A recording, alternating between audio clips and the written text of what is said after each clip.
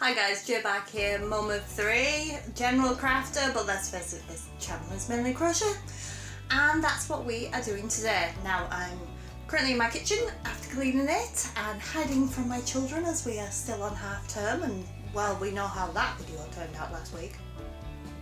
So this is where we are. This week I am crocheting something for my dad. He's on oxygen. Not going to go into his medical stuff, that's his story, not mine. And he has requested some covers for his oxygen tank. Please, washing machine, don't start being noisy. Oh. So he asked for a nice neutral cover for his pulley stand, and then we went through a few design choices. Hours of being a mum and a YouTuber. Done. Come on, washing machine. Thank you. And then something a little bit more fun for his standalone one, which he keeps in the bedroom. Here we have the oxygen tank, and I've started the base cover here. These gaps are going to be for buttons, and as you can see, I've also had to put a gap in for the feet as well. So the idea is that now what will happen is we're going to curve up under here and travel to the top, and then when the buttons are on, they'll secure here. And I'm going to switch to make this look rigid by working in front and back posts.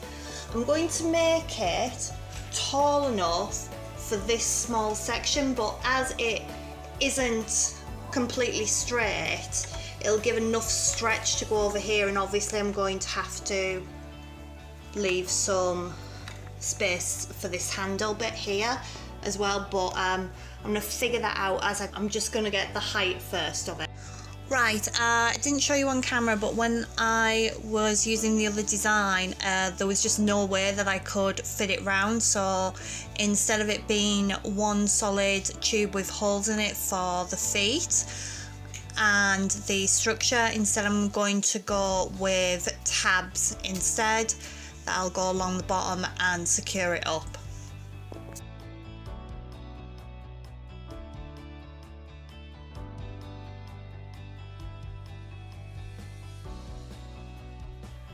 And here you can see the final cover, both flat and on the oxygen tank itself. Okay, let's first have a look at the designs for the freestanding cover that me and my dad went over. As you can see, he shares my quirky sort of aesthetics. This one was meant to be like a Duracell battery.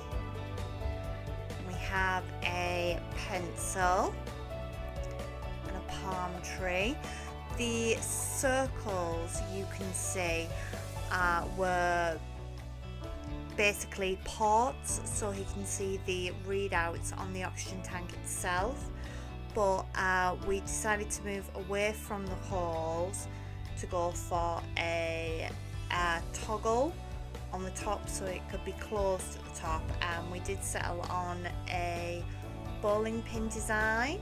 So we have an inner tube that you can see here, and then the outer, which will be stuffed to create the body of the bowling pin. You can see the inner tube is completely finished. I used some of the leftover grey from the first cover, just because you're not going to see it, and you know, waste not, want not and everything. And then I've switched to the white yarn. Now what I've done is I've worked from the top to the bottom when it comes to the tube.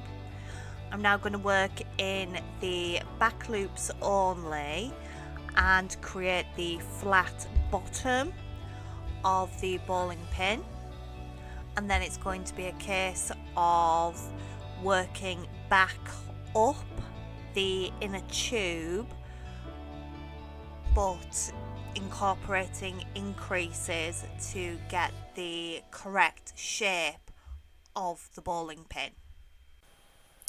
And once the correct height was achieved, it was a case of stuffing the outer layer and then connecting both of the top ends together.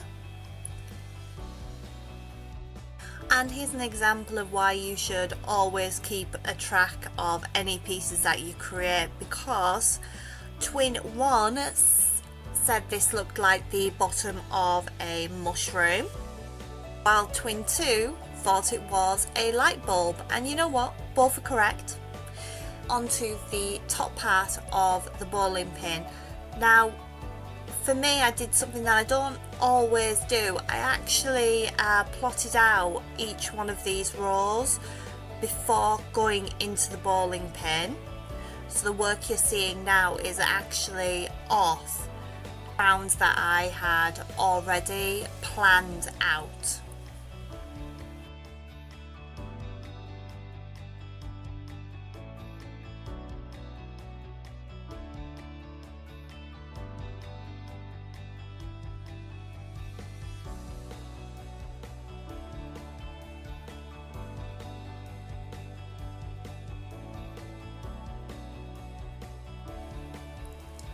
And here we have the completed bowling pin. Please excuse the mess in the background.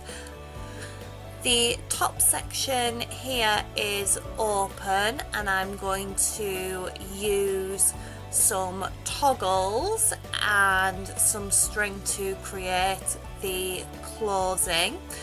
This set here I got off Amazon. I'm going to use some beads on the bottom of the yarn. Now, I did actually find I needed to go down to a tighter closing toggle just so the string would all be nipped in nicely. And here you can see it's actually on the oxygen tank itself.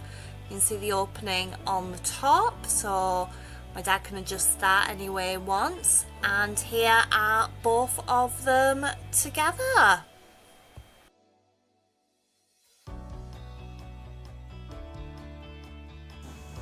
So despite being fully involved in the design process and me talking him through all of his options, my dad has come to me and said that he's surprised the bowling pin is so wide.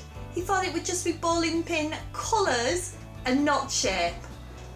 I mean, you've seen every single one of these YouTube videos, Dad. You do know what kind of stuff I make. They're wacky. You're lucky you didn't end up with a palm tree one. Alright guys, I will see you next week for a Easter challenge video. Bye!